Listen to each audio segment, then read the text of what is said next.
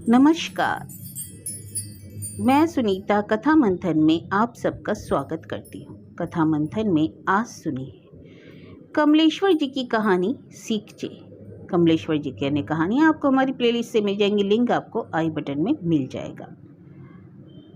जिंदगी के दूसरे पहर में यदि सूरज ना चमका तो दोपहरी कैसी। बादल आते हैं, फट जाते हैं, परंतु ये भूरे धुंधले बादल तो उसे हटते नजर ही नहीं आते। अगर उसका अपना दूसरा सूरज हो तो कैसा रहे।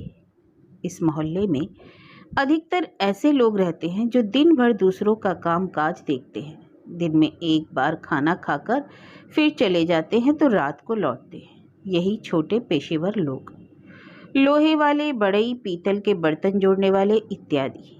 ऊंचे और मध्य वर्ग तथा अछूतों की न्यारी बस्ती के बीच का यह मोहल्ला एक कड़ी है, यद्यपि अछूतों से कुछ दूर सा।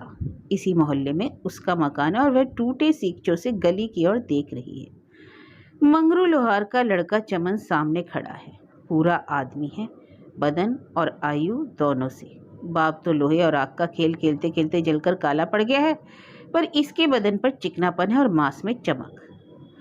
रोज राजा साहब के बाग में जाकर कसरत भी तो करता है। सुबह हाथ में कसरती जवानी की भांति पीतल की बाल्टी और खास तौर से गर्दन और सिर में मिट्टी लपेटे जब आता है तो आंखों में कितना शौर्य, चाल में कितनी मर्दानगी होती है, यह केवल उसी की आंखें परख पाती है, क्योंकि वह अनायास ही उस समय जाने क्यों गली के छोर की ओर देखने लगती है। वह नहीं चाहती कि उनकी नज़रों को कोई और देख सके, यहाँ तक कि चमन भी। वह देखती जरूर है, पर उसमें कुछ ऐसा नहीं जिसका कोई मतलब निकाले, और स्वयं अपने दिल को यही समझाती है कि यह देखना व्यर्थ है और उसका कोई विशेष प्रयोजन भी तो नहीं। परंतु ऐसा क्यों होता है कि जब चमन के आने का समय होता है तो उसके पैर अनजाने में आकर सीकचों के पास रुक जाते हैं, नजरें राह पर टिक जाती हैं। हाँ, उसे चमन का बदन देखकर कुछ ईर्ष्या अवश्य होती है, उसके मतवालेपन पर कुछ रीझती है, पर चमन की इस बेफिक्री चाल को वह गुंडा चाल का ही नाम देती है। यह क्यों, यह नहीं जानती, पर वह देखती है, आदत सी ही पड़ती ही जा रही है। वह इसे रोकना चाहती है, पर इसमें बुरा क्या है। दुनिया में सभी सबको देखते हैं, पर उसमें कुछ बुराई तो नहीं, वह यूं ही देख लेती है। यह कोई ऐसा विषय नहीं जिस पर बहुत सोचा विचारा जाए। अच्छे और बुरे का भेद किए बगैर भी तो बहुत से काम मनुष्य रोज ही किया करता है। वह रोज काम करती है, सुबह से शाम तक। यदि इस समय कुछ देर इस गली की चहल पहल देख लेती तो बुरा क्या है, और फिर इसे बुरा बताया ही किसने। गली में एक आध खोमचे वाले चले आ जा रहे हैं, टन टन करते रिक्शे वाले भी भाग रहे हैं, और यह इक्का पुराना खच्चड़ सा, लोहे की पत्तियों की टेढ़ी मेढ़ी छत, टूटे फूटे पटरे और फटी फटाई मैली सी गद्दियां, सूखट बुढ़ा हाँकने वाला। पर यह घोड़ा कितना अच्छा है, नया नया सा सफ़ेद। क्या जोड़ा बैठाया है किसी ने, बोरे में मखमल का पैबंद। तभी किसी के खांसने की आवाज़ आई। उसकी आंखें सामने खड़े चमन पर टिक गई। वही खांसा था। एक क्षण को उसकी दृष्टि चमन से मिली। आज उसकी आंखों में नया रंग उभर रहा था। पिछले दिनों की धूर्तता और पाजीपन उसमें ना था। वह मुस्कुरा भी रहा है, कुछ अपनापन है मुस्कुराहट में, कुछ कुछ जान पहचान की परछाई भी। वह देखती रहे या नहीं, उसने अपनी दृष्टि हटा ही ली। कुछ क्षणों बाद ही फिर उसने देखा, चमन अब भी ताक रहा था, लेकिन उसने नज़र हटाते हुए ना देखने का उपक्रम किया। शाम होने को थी, उसे भूख लग रही थी। आज दिन भर खाए हो गया, क्योंकि वो दुकान यूं ही चले गए। उसका क्या कसूर था। अगर अपनी बास्केट की जेब से 10 रुपये का नोट गिरा आए तो वह क्या करे, खुद तो नोट बना नहीं सकती, और उसके पास भी तो 10 रुपये नहीं जो देकर उनका दिल भर दे। गलती अपनी, गुस्सा घरवाली पर। जरा सी मिर्च ज़्यादा हो गई, चल दिए। ऐसे में अगर कोई बड़ा बूढ़ा होता तो इंसाफ के कहता, बस जरा सी बात पर बिगड़ जाते हैं। खाना पकाने में देर हो जाए तो जमीन सिर पर, दुकान की चाबी देना भूल जाओ तो वह झड़कियाँ और फटकार की तबीयत हरी हो जाए। इतना मिजाज भी किसी काम का। घर की परचूनी की दुकान और 4 दाने दाल के लिए, 2 बूंद तेल के लिए पड़ोस का मुंह देखना पड़ता है। उन्हें मतलब भी क्या। घर ना खाया बाजार में लेकर खा लिया, फिर फिक्र किसकी। उसे तो रेगिस्तानी ऊँट समझ लिया है। क्या कदर है उसकी घर में। यही ना कि दीवारें सहमी सी खड़ी रहती हैं, फटे चिथड़े सांस रोके तार पर चमगादड़ों की भांति लटके रहते हैं। सब सामान स्थिर रहकर उसके महान किंतु व्यर्थ सम्मान की घोषणा मुख शब्दों में करता रहता है। बेजुबान अलमारियां, घर के बर्तनों और मसाले की 2-4 शीशियों पर उसका राजसी अधिकार है। शेष पर वह यही सोच रही थी कि आलू की मसालेदार सब्जी, आलू मसालेदार, आवाज उसके कानों में पड़ी। उसे ध्यान आया, सीखचे की छड़े पकड़कर वह देर से खड़ी है। चमन ने आलू वाले को रोका। उसने आलू लिए और जंगलियों की भांति उंगली चाट चाट कर खाने लगा। उसका दिल हुआ कि 4 पैसे के आलू लेकर वह भी रोटी के साथ खा लेती, क्योंकि सब्जी सब उन्होंने फेंक दी है। पर वह घर से निकल नहीं सकती, घर के दरवाजे तक जा नहीं सकती। अगर गई तो माखन की बूढ़ी माँ, जो हर समय बाहर चौखट पर बैठी रहती है, रात को ही उन्हें खबर दे देगी।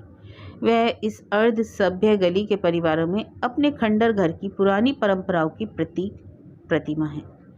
गली के सभी परिवार का काला इतिहास है, पर उसके घर की बातें इन लोगों के लिए आदर्श है। और यही कारण है कि उसके घर का नाम भी है और सम्मान भी।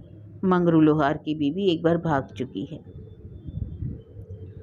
दीना स्वयं किसी को अपने घर ले आया। केवल इसका विवाह नंदलाल बनिए से अधकचरे सनातनी रिवाजों से हुआ है, जिसकी साक्षी अग्नि थी और मंत्रों के ताने बाने में उसके जवान हौसलों नई उमंगों को कस दिया गया था। वह जैसा भी था, उसका सब कुछ था। यह प्रतिदिन का व्यवहार वह कैसे सहन करेगी? एक दिन हो तो ध्यान ना भी दे, लेकिन रोज ही तो छोटे छोटे पर गंभीर झगड़ों की समस्याएं सामने अड़ी रहती हैं। 2 पैसे के लिए वह तरसती है। सीखचे की छड़े उसके हाथ में थी और मस्तिष्क कुछ पुरानी बातों के हाथ में। लगभग 1.5 साल बीतता जा रहा है। वह जो कुछ चाहती है उसे ना मिल सका। एक बार कितने प्रेममय और अधिकारपूर्ण शब्दों से उसने कहा था कि एक छीट की साड़ी उसके पास भी होती। दीना कलाईगर की धोबीन औरत अगर पहन सकती है तो वह क्यों नहीं? वह तो नंदलाल महाजन की पत्नी है, जिसकी दुकान में सैकड़ों का माल भरा पड़ा है और रोज का मुनाफा भी तो 2-3 रुपए से कम नहीं। माखन की बूढ़ी माँ अगर 2 आने रोज के पान चबा सकती है, तो क्या वह 2 पैसे के पान चबाकर अपने होठों को लाल नहीं रख सकती? उसका चौड़ा माथा सूना है। बाल संवारने की सिंह की कंघी को टूटे पूरे 3 महीने हो चुके हैं। नाक में लौंग के स्थान पर झाड़ की सीख है। पैरों में महावर लगाने के गुलाबी रंग भी तो नहीं। और कान, खैर वो तो बालों और धोती में छिप जाते हैं। पर यह सब भी वह किसके लिए करना चाहती है? उन्हें इन सब बातों का शौक ही नहीं। जब भी कभी कहो तो पिछली 2 पत्तियों की मिसालें सामने रखने लगते हैं। अगर ऐसा ही था तो दूसरी आग लगाकर मरी ही क्यों जाती? उफ, चाचा ने क्या समझकर ब्याह दिया? काश बाबू जिंदा होते तो इस उथले पानी में हाथ पैर बांधकर डाल ना देते। इस पानी में ना तो तैरा ही जा सकता है और ना डूबा ही जा सकता है। दिन भर वह घर की रखवालिन के रूप में और उसके बाद लंगड़ाती दम तोड़ती वासना की पूर्ति के लिए। रात को जब लौटते हैं तो कैसी बदबू मुंह से आती है। अपनी तमाम पुरुषोचित शक्तियों को उभारने के लिए दारू भी तो पीने लगे हैं। बस एक आदत जो पड़ गई है, उसी की खातिर जवान जिंदगियों से खेल खेला गया है। यह जीवन बेकार है। यह जीना नर्क से बदतर है। इन अभावों और यातनाओं के बीच से यदि वह उठ जाए तो कैसा रहे, कितना अच्छा हो। दाता 1 पैसा, बूढ़ी मोहताज का को कोई 1 पैसा दे दे। एक जर्जर बूढ़ी भिखारिन की आवाज़ उसके कानों से टकराई। स्थिति का ज्ञान होते ही उसके शरीर में एक बार की भीषण गर्मी सी दौड़ गई। सीखचे की छड़ें कठोर होती गई और उसका उद्भ्रांत मन पसीजकर पसीने के रूप में बाहर निकल पड़ा। एक गहरी सांस छूटकर हवा में मिल गई। ले बूढ़ी पैसा, तभी चमन ने बूढ़ी से कहा। भगवान भला करे बेटा, कहते हुए बूढ़ी ने अपने कांपते गंदे हाथ उसके सामने बढ़ा दिए। एक काम अगर तू करे तो तुझे एक चवन्नी दूं। चमन ने बड़े अंदाज से ऊंचे लहजे में अपनी दरियादिली दिखाते हुए कहा। अरे क्या काम है बेटा, जो यह 60 बरस की बुढ़िया तेरी खातिर कर दे। बूढ़ी ने कृतज्ञता दिखाते हुए कहा। यह है कि रात में तू चवन्नी की संख्या खाकर लेट जा। चमन ने घूरते हुए कहा। अरे बेटा, हम बूढ़ी से माखौल ना जॉनी, कैसे मिलत है, दाता सबे बनाए रहे, कहती हुई बुढ़िया खिसियाई सी चल दी। और चमन उसकी झुकी पीठ को देखकर ऊंची हंसी में हंस रहा था। वह कुछ क्षणों को चमन की इस विस्तृत आजाद हंसी में खो गई। यह वह जवान हंसी थी जो उसने अपने जीवन में शायद पहली बार सुनी थी। आवाज की वह मधुर तीक्ष्णता जिसमें यौवन के गर्म रक्त की गर्माहट थी, उसके सारे शरीर में एक नशीली गुदगुदी सी पैदा करती चली गई। उसने एक बार नैनों के विस्तार से परे चमन को देखने की कोशिश की और उसने देखा। चमन की आंखें भी मिली। एक बार उसका हृदय नवीन आकांक्षाओं से धड़क उठा। चमन उसे देख रहा है और वह आज खड़ी है। वह देख रहा है पर वह खड़ी रहेगी। चमन के विषय में जो बातें उसने सुन रखी हैं, आज इस समय वह उन्हें एक बार सहानुभूतिपूर्ण वातावरण में दोबारा दोहरा लेना चाहती है। वह एक मिल में कामदारों का जमादार है, अच्छा कमाता है, अच्छा पहनता खाता है। बाप के लोहे के कारोबार से उसे चिढ़ है। कुछ ही दिनों बाद शायद मिल की ओर से मिलने वाली कोठरी में भी चला जाएगा। गृहस्थी के झंझटों से अभी तो दूर है। कितना बेफिक्र, स्वतंत्र, चमकदार आंखें और साथ ही साथ कितना सहृदय और प्रसन्नचित भी। क्या वह चमन को कभी और पास से देख सकेगी? यह गली का व्यवधान और सीखचे। एक बार जोर से उसने छड़ों को झकझोर डाला। कमजोर लकड़ी में फंसी होने के कारण छड़े खड़खड़ा उठे। एकदम जोर का शोर मच उठा। चमन की आंखें सीखचे पर टिक गई और मुंह की आभा के साथ साथ होठों पर मुस्कान नाच उठी। उसने सीखचों के भी इस बार कुछ गहरी सी चीज महसूस की, पर अनजान बनी खड़ी रही। हृदय की सीमित स्थिर झील एक बार की कांप गई। उसके शरीर में नवीन स्फूर्ति आ रही थी। उसका ध्यान पारिवारिक बोझिल विचारों से उन्मुक्त हो यौवन की आशाओं और अरमानों की घाटियों के चढ़ाव उतार पर फिसलने लगा। अगर वह ऐसा करे, इन लोहे की छड़ों को तोड़ सके, अपनी सांसों की गति बदल सके, अपने पिछले पद चिन्हों को मिटाकर नए कदम बढ़ाए, अगर वह जीवन के लक्ष्य तक दूसरी पगडंडी से जाए, दुनिया की गति में थोड़ी सी देर के लिए गतिहीन होकर कुछ क्षण पथ के एक किनारे खड़े होकर नवीन दिशा की ओर देखे। लेकिन दुनिया क्या कहेगी? यही ना कि वह भटक गई, वह दौड़ में पीछे रह गई। तभी तो उसका हृदय तिलमिला उठा। बेबसी की सांस गर्म वायु बनकर गले में अटक कर रह गई और पेट में अंगारे से दहक उठे। आंखें नम होकर उबली उबली सी होने लगी। तभी उसके कानों में करुण रुद्रन का तीव्र स्वर टकराया। एक बार उसने महसूस किया कि वह सीखचा पकड़े खड़ी है। सामने गली है और चमन खड़ा है। रोने की आवाज निरंतर बढ़ती गई और कई स्वर मिलकर उसे तीव्रता प्रदान करते गए। मकानों से और औरतें निकल निकल कर उस ओर चल दी। तभी एक स्त्री ने सूचना दी, हीरालाल काका मर गए। अरे चलो, करनी सुधर गई।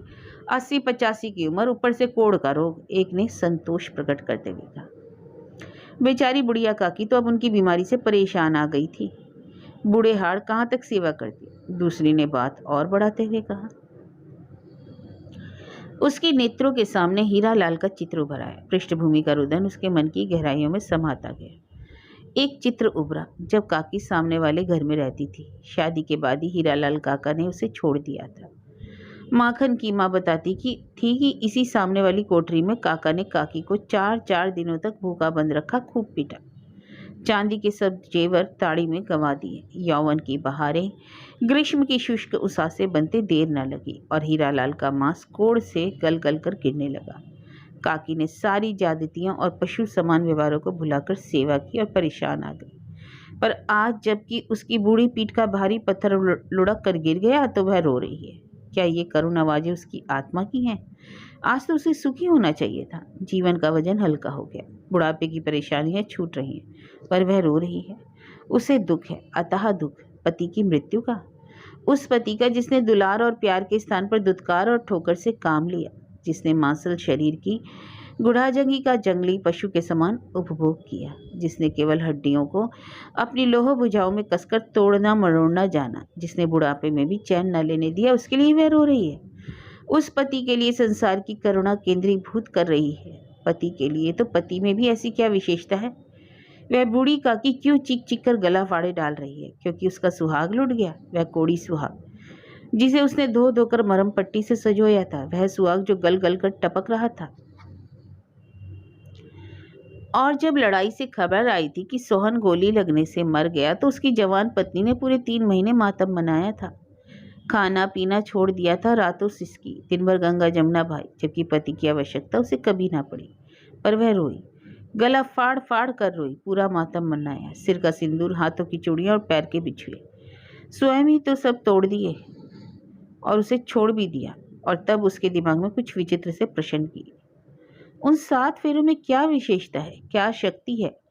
पंडित लोग मंत्र पढ़ने के बहाने कुछ जादू टोना तो नहीं करते? यह लगाव कैसे हो जाता है? इन चक्रों में क्या करामात है? बूढ़ी काकी क्यों रो रही है? सोहन की औरत ने क्यों उस आसे भरी थी? संभवतः यह कोई ऐसा रहस्य है जिसे स्त्री ऐसी दुखद घटना के बाद ही जान पाती है, क्योंकि इसमें गहराई तो अवश्य है। तभी तो बूढ़ी काकी उन समस्त ज्यादतियों को बुलाकर आज भी समझ पाई है। सोहन की पत्नी ने सब सुखों को चखने के बाद भी इस स्वाद के अभाव में गंगा जमनी बहाई थी। तो पति में ऐसी क्या विशेषता है, वह स्त्री के लिए कैसा वरदान है? इस गुत्थी को वह सुलझाना चाहती है। उसकी सांस तेज होती गई, आंखों के सामने काले बादल छाते गए और उसका सूरज छिपता गया। दिशाएं लापता होती गई। कालिक ने चीख चीख कर कहा, वह जैसा भी है तेरा सब कुछ है, कुछ ही नहीं तो बहुत कुछ है। और डगमगाती परंपराओं, लड़खड़ाती मान्यताओं और कांपते विश्वास के भारी भारी पत्थर उसके रूई से हल्के हृदय पर गिर गिर कर जमते गए। वह इन पिछले कुछ क्षणों को बुला देना चाहती थी। यंत्र की भांति वह पीछे सरकी, आंखें उठी और मुर्दा पुतलियां चमन पर टिक गई। गर्म उसास का झोंका प्राणवायु के समान निकलकर हवा में मिल गया। धीरे धीरे उसने टीन की खिड़कियों को बंद कर दिया। चटकनी चढ़ा ही रही थी कि खट ले कोई वजनी चीज टीन से टकराकर लड़खड़ाती नीचे गिर पड़ी। उसने एक बार फिर दरवाजा खोला, देखा चमन हाथ में ईंट का टुकड़ा लिए उस ओर फेंकने को ही था।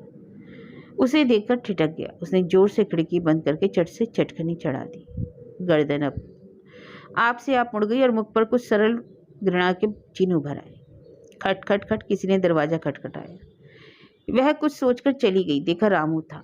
उसने खबर दी, ननकू चाचा ने कहा कि आज रात को घर नहीं आएंगे, हमसे कहा था कि घर की तरफ जाओ तो कहते जाना। इतना कहकर वह चल दिया। उसने जब प्रश्न क्यों किया तो उत्तर लापता था।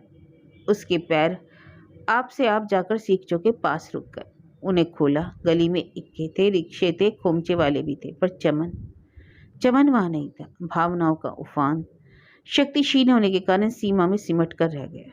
पलकों में उमस सी भर गई, नजरें झुक गई। एक बार जोर से उसने छड़ों को दबोचा। वे कठोर थी। उसे लगा मानो वे कह रही हूँ, पुरानी और जर्जर होते हुए भी तुमसे अधिक मजबूत हूँ, तुम मुझे तोड़ोगी? आंखों में उमस बढ़ती गई। पेट में गर्म वायु के बवंडर उठे और उसे एक बार की झकझोर गए। उसने सींचे बंद कर दिए। सामने निर्जीव कपड़े उसकी आज्ञा की प्रतीक्षा कर रहे थे। निष्प्राण बर्तन और मसाले की शीशियां स्तब्ध उसे ताक रही थी। मुंदी अलमारियां शब्दहीन खड़ी थी, जिन पर उसका पूर्ण अधिकार था, पूरा आधिपत्य। पर उसकी नजरें झुकती गई और अधखुली नजरों से उसने देखा कमरे की कालिक बढ़ती जा रही है। हवा बंद हो रही थी। धुएं से भरे भरे धुंधले बादल कमरे में भरते जा रहे थे और कमरे की दीवारें चारों ओर से सीमा को छोटा करती मानो उसकी खिसकती आ रही थी। वे भारी भारी चूल्हे और ईंट की दीवारें उसके नन्हे रुई से हल्के हृदय को दबोच कर जकड़ने के लिए।